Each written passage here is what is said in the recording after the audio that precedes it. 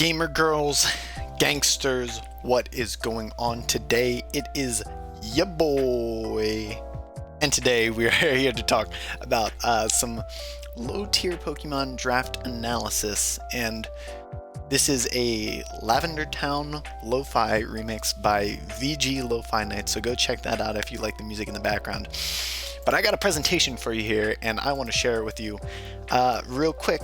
Before we get into the meat of the presentation, I want to talk about what do I mean by the best low tier Pokemon. And by that, I mean things that are typically ranked tier 4 and 5 if you have a 5-tiered draft. And I know everybody ranks things differently, so I'm going to try to give like approximate tiers that people usually give to these Pokemon, but I would say most leagues probably rank somewhere in this general area. And what I mean by best is that they provide a lot of mileage on either a certain team variety, so some mons are really good on only one kind of team variety, so I'll tell you what kind of team they're good on, in my opinion.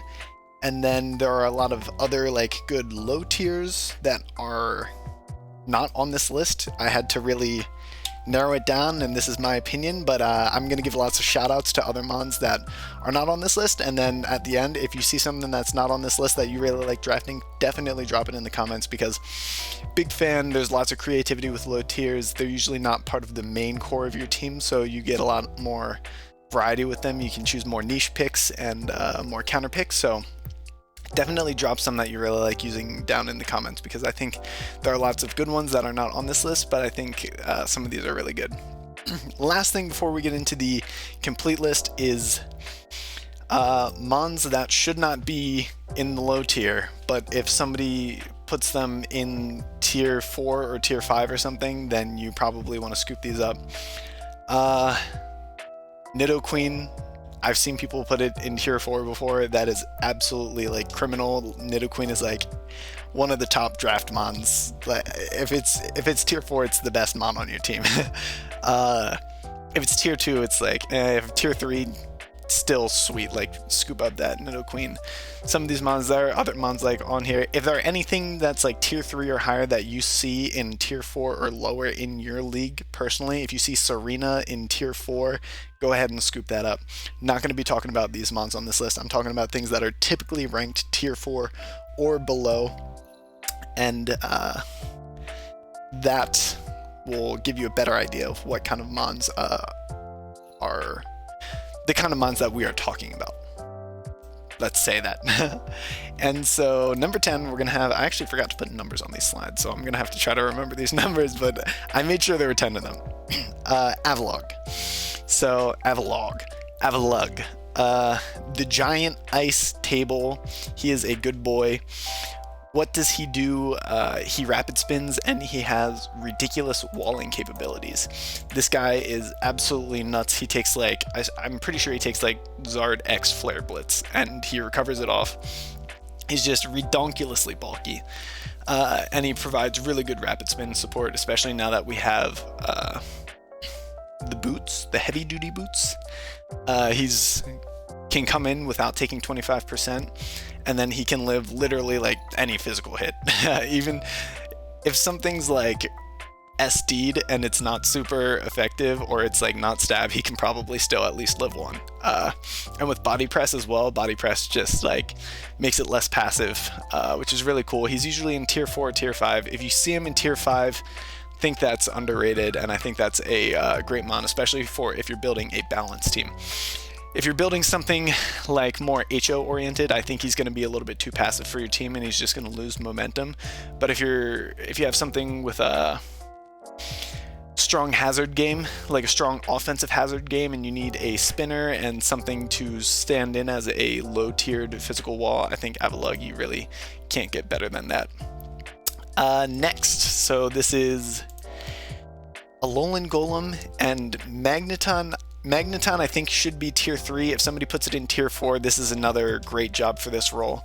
Not every team needs this, so the kind of team type that you want this on is something like I just did my draft analysis a little bit ago. I got Psyspam, so I wanted one of these because they can trap steel types.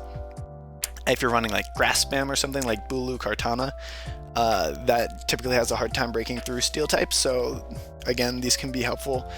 Or drag mag, anything that doesn't like steel types, anything that like your main offensive core has a tough time breaking through steel types.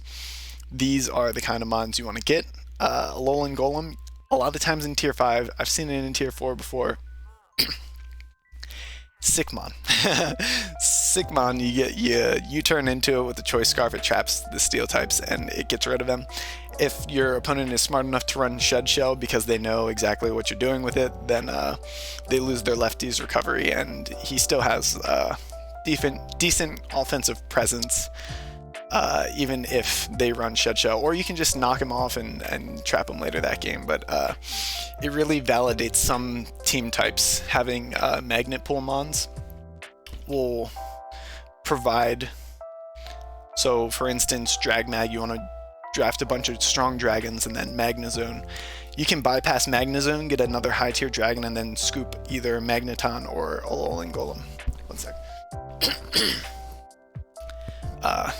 Sorry, I got coronavirus. Sorry, that's just a joke. And I do not have coronavirus, but I keep talking and I keep getting things in my throat because I'm talking so much. Sorry. So that's number 9. Number 8. This is a new mon. I tried to get some variety on this list, some different generations of mons and different functions on teams and different team types as well. So I tried to get variety. We haven't seen too much of Coalossal, so we haven't seen too many super creative sets necessarily, unless somebody with crazy imagination has drafted it in your league. But I've seen somebody draft it, and it's got really bad weaknesses to like ground and water. But what's so great about this is like a one-man hazard pivot, so it can come in on. It's got a lot of good resistances, so it can come in on fire types. It can come in on fairy, and even if something is super effective, like even if there's a fighting type, you could probably live one. He's like stupidly bulky, got a huge offensive move pool, and then you also have tons of hazards you can put down. Especially with the new item Eject Pack, it can also pivot out with something like Eject Pack Overheat. So you just overheat, and then since your stats lowered, then you get to pivot back out. And it's a really slow pivot because he's got pretty low speed. But he's also got an ability for some like gimmicky stuff. I don't think the gimmicky stuff is quite as good, but I think on a bulky offensive team, he can definitely come in against some mons. Like if you run a really heavy offensive team and you have like 2 pivots in like Coalossal and Tangrowth or something, they have really good synergy together. Coalossal takes the flying and ice type attacks. Tangrowth will take the ground and water type attacks. Coalossal has this hazard game, and then the rest of your 4 mons really can go ham on the offensive side of the spectrum. So I think he can definitely function in a BO environment for a team, and I think he is definitely a good mon to think about, especially if he's in a low tier. I think he's usually tier 4, so decent option if you have a tier 4 open spot and Coalossal's free. Another good BO mon for, did I say? Oh yeah, I put bulky offense there in case you didn't know. Like, the first time I mentioned a team type, if you don't know the name of it, I put it in parentheses just so I don't have too much jargon if you're a newer player, because I want this to be available to newer players as well as experienced players. I want a variety of people to get value out of this list. So next up we have Virizion, usually a tier 4. And what's great about Virizion is that I said a lot of these mons aren't going to be part of your main core offensive or defensive necessarily, but the thing about Virizion is he's a tier 4 that is really good at filling in that role of your grass type in your fire, water, grass core. And I think that's where he provides the most value.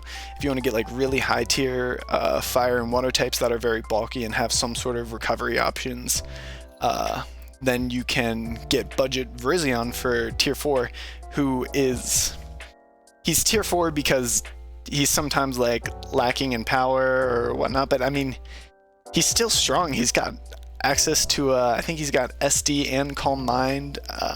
He's got Synthesis, and he's extremely bulky, so he really fits, he switches into a lot. he fits well in that Fire, Water, Grass core, and he's a tier 4, so I think definitely an opportunity mon. And he's got a pretty good move pool as well, so I think a lot of people know about Virizion though being a top tier, low tier, so I don't think I'm wowing anybody with that one, but I had to include it in the list because, you know, he's always out here doing his job. Next, another one that I think a lot of people like, especially newer players, because they're like, yeah, electric type with like levitate, like no weaknesses, unless you have Mold Breaker Earthquake, but shh, we're not talking about that. Mold Breaker Earthquake messes up Eelektross, but other than that, he takes neutral from everything, and I think his greatest set, like when I draft Eelektross, he does have some cool sets against teams with like coil or some sort of like setup kind of thing. You could write like coil rest or something, but I think he has a lot more value as a assault vest pivot on a again a bulky offense kind of Pokemon, because he comes in on an attack. Say you have your opponent has a Torn T, you bring in Eelektross as a pivot on a Hurricane or something, and then you can U-turn out for free. And he's pretty slow. You can run min speed to get a really slow U-turn, and then it gives you initiative on a BO team. So I mean that it's pretty straightforward what he does. He also has a huge move pool, so you can run the elemental punches. He has Acid Spray with Giga Drain and Flamethrower, so massive move pool and really good pivoting abilities. Eelektross is definitely a force to be reckoned with on BO teams, and he's something that you'll bring to a lot of games, and he's a tier 4, so definitely a budget pick that I really like. Next, I wanted to have some HO mons, so HO Hyper Offense. These are both tier 4 mons, and the reason I have 2 of them, I actually did this I did this with Alolan Golem and Magneton. I have this, and I think I have like one more, where I put actually 2 more that have more than one mon on the slide. So my pick is Accelgor, and then sort of like along with that is Froslass. And the reason I group them together is they have a very similar role, similar to Magneton and Alolan Golem. They are both like HO leads. So you lead with Accelgor, you set up your spikes, and then you final Gambit, or you set up spikes and T-spikes and then U-turn, or you set up spikes and then try to save him for a late game because he's got such a high speed stat that he can even outspeed some Scarfers on the other team. So, you know, he can help you not get counterswept or something. So lots of cool options that you have with Accelgor. I think functions best on an HO team. On a bulky offensive team, I think you would have more luck using a spiker with more longevity. But these guys both put up the spikes. Froslass doesn't get T-spikes, but the thing about Froslass is that Froslass gets Taunt, and Froslass also gets Freeze Dry, which just has enormous coverage, and sometimes Freeze Dry can just run through teams in draft on its own, because people don't really think about, when they think Ice Resists, they're not always thinking about Freeze Dry. So, yeah, nothing more to say about these guys, just really good HO leads. Persian, I like this on any type of team, to be honest, because if you're running like a balance type team, you can Wish Pass into him, and he's really bulky. He can knock teams. He's really good like counter HO, or just like counter offense in general, because he disrupts your opponent by knocking off their items, by using foul play, by using parting shot, so he can make it really hard for them to do what they're trying to do. He also gets switcheroo, so you can, if you're playing a fat team that also has some offensive threats, you can run Choice Scarf switcheroo and knock off foul play or something, and that gives you, and then last move, either like U-turn or parting shot. If there is a mon that they keep switching in, a fat mon that they keep switching in, give it your Choice Scarf. If they set up with a like Dragon Nest on a mon, if you're Scarf and you still have it, then you can foul play them, and with their Dragon Dance, they're going to be doing a lot of damage to themselves. So I think it can fit on the bulkier teams, but I think it also functions on HO as like a way to not get counterswept. It's a really good pivot, parting shots to let you get in your mons and have safer setups. So really good mon on any type of team if it's free and you don't necessarily have something that is essential for you. Alolan Persian is such a good counter pick against other teams that I think it provides a lot of variety. Even if you don't bring it every week, it is definitely a great niche mon for counter picks. Next, we got my boy Cryogonal. I love Cryogonal, and just as a mention, in case Cryogonal gets sniped from you, Mr. Rhyme can also do something similar to Cryogonal.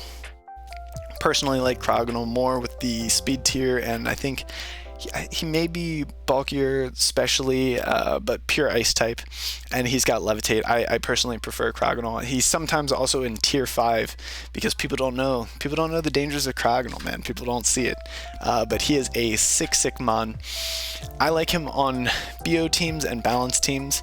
He is a rapid spinner that is immune to spikes and T-spikes, and then he's weak to stealth rocks, but we have heavy duty boots this generation. What's also great about him is that he has the longevity with recover, and Mr. Rhyme actually has slack off, so he also has that longevity, but as a Spadef wall, I mean, he's pretty decent. He can take hits. He's very weak physically, but you know, you just got to play around what your opponent has and try to get him in for free against a weaker, more passive mon, special attacker, and get rid of rapid spin off. Some teams, again, like I said, some teams get swept by freeze dry. So if you bring Scarf Cryogonal, sometimes even Specs Cryogonal, because he's really fast, you know, you can just start freeze drying, and like you might be able to sweep through an opponent with it. I've actually done it. I have one of my games in a past league earlier on my channel where Scarf Cryogonal is like the MVP of the match. So definitely an option and a cool mon that I think is just always putting in work, and it's the kind of thing that's low tier, but a lot of times you'll find yourself bringing it to so many games and you're like, man, I can't believe this is a tier 5. If this is tier 5, you gotta get Cryogonal. It's incredible mon. As long as it fits on your team, I think it's an incredible mon. Second place, I have 4 mons on this slide. It is Licky and the Fat Normals because it would be easy to put all 4 of these on the list in their own slots, but like a lot of them have very similar functions. So a lot of people will draft Kangaskhan, Licky, Wigglytuff for wish support. Miltank also has really good longevity with Milk Drink, but he does not have that wish support. But they're all super hard to kill. They're all just very hard to kill. I think all of them, or most of them, have Seismic Toss, so you can throw off Toxics. Licky and Wigglytuff have knockoff support. Licky can run physical or special sets as well. I think he's got curse sets. Wigglytuff gets competitive. Wigglytuff can set up rocks. Miltank can set up rocks. They just do so much, and they're so bulky, and they can support other mons so well. Miltank, a lot of times people run T-Wave support for their team. It's just like incredible mons that feel like they're just so valuable in tier 4 and 5. Like Wigglytuff is usually tier 5, Licky is usually tier 4, Kangaskhan tier 5, Miltank usually tier 4, but they just give you so much support on your team that I feel like most teams in draft would benefit. Even if you end up drafting, so I put balance here. I think balance is the kind of teams that they work on best to have options to pass wishes, so that they're not just dead weight, because if your team is too frail to pass wishes, then it could be kind of difficult. But like, you know, I can even see their value on HO as like a wish pivot, kind of like a super budget Chansey offense kind of team. Some people will run like Chansey as like a catch-all wall for like the physical and special side, and then just bring like 5 broken mons. you can kind of run like a budget Chansey offense, especially if you see that it has a... The thing about drafts is that you see your opponent's team. If you see that you have an HO team and one of these, like Licky Licky, will sit on a lot of things on your opponent's team, then maybe you can bring Licky Licky offense. Like Licky Licky can be your wish passer that just sits in like a catch-all wall against a lot of mons, and then you have like 5 offensive mons. So I can still see it. I think it works better with Balancer BO, but honestly, I think these mons provide a lot of value on draft, no matter what team you're running. And also, Ghost Resists, very important. Finally, before we get to the last one, I have some honorable mentions here. I only put 10 here, but there are lots of other good low-tier draft mons. Girder, tier 4 or 5, gets defogged this generation, which is also really good, very bulky. Spike support, hazard game, all these 4 have good hazard game. Kadabra is usually a tier 5 because people don't really think about it because it's a NFE mon, but it's like very fast. It's very fast and very strong. It's only slightly weaker and slower than full Alakazam. So if you wanted like a strong, fast Psychic type on your team, it works. It works on HO because you can run Focus Sash set with Magic Guard so that you don't get swept by things. It also gets counter with that. So that's like, you can bring it in against a physical mon and counter them when they bring you down to your Focus Sash. So really good mon in Kadabra if your team needs it. Lapras, bulky mon, that's usually tier 5, sometimes tier 4. If it's tier 4, it's like okay. If it's tier 5, I really like it because it's very bulky. Aromatisse, I almost put it on the page with the Wish Passers or the Fat Normals, but it's not normal type, but it's really good at passing wishes. Also good for Trick Room teams because it's a good Trick Room setter, so you can put it on HO or Balance. Or if you have like a team that has both modes, then it can be a good mon to try to like hide what it's doing. Rhydon, super bulky with Eviolite and sets up rocks really well. A lot of good resistances, especially without hidden power this generation. Electrode, one that I want to talk about because a lot of people don't know about the power that is Electrode. Electrode is, if you played in Gen 7 and you saw the HO teams with Tapu Koko setting screens and then U-turning out, the Light Clay Koko, the set was Reflect Light Screen, Taunt, U-turn. Electrode is a tier 5 that does that set. Like, it's got Taunt, it's got the screens, and then it doesn't have U-turn, but it has either Volt Switch or Explosion. So if you're running screens HO, Electrode is an incredible screens HO mon. Or if you're running HO and you have a tier 5 slot that you need to pick something, because this is like always tier 5, it just gives you the option to run screens even if you didn't have the idea of having like a screens HO team. If you just have a general HO team, Electrode is an incredible budget screen setter and sets it up and gets out with Explosion or Volt Switch and keeps the hazards off with Taunt, and it's so fast that it always gets them up. It always gets up at least one. So I think definitely a mon that you should think about. I think people overlook it, but I think it has incredible value that you should definitely try out sometime. And my personal favorite draft mon that I think is always putting in the work, especially if it's in tier 5, but even if it's a tier 4 mon, you know, I always gotta scoop it unless somebody snipes it from me. You gotta love Piloswine. Piloswine is so freaking bulky, dude. Like, it is so bulky. I love this mon. It sets up rocks. It is a electric immune. So you always need to draft an electric immune mon on draft. I think you should always get one, at least one. I think you should get 2 or 3 is even better. So people can't Volt Switch around you, and it's got ground ice coverage, which is just like incredible coverage. So you can run it offensively. You can run Toxic with it, Toxic Roar. It's great at stopping things from sweeping you. A lot of like Dragon Dance mons are 4 times weak to Ice Shard. A lot of mons are 4 times weak to Ice Shard. So you can kind of keep it in your pocket with low health for late game to Ice Shard things. And it literally, like, Piloswine is the kind of mon that if people know what's good for them, they should put it in tier 4.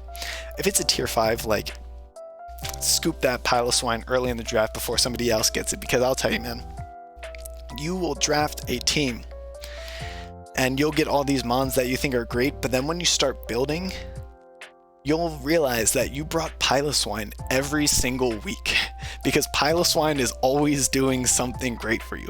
He's always setting up the rocks. He's going to be the best rock setter on your team to free up something else to not have to set rocks. He's going to be coming in here to make sure that you don't get swept by some Salamence that somebody just DD'd twice with.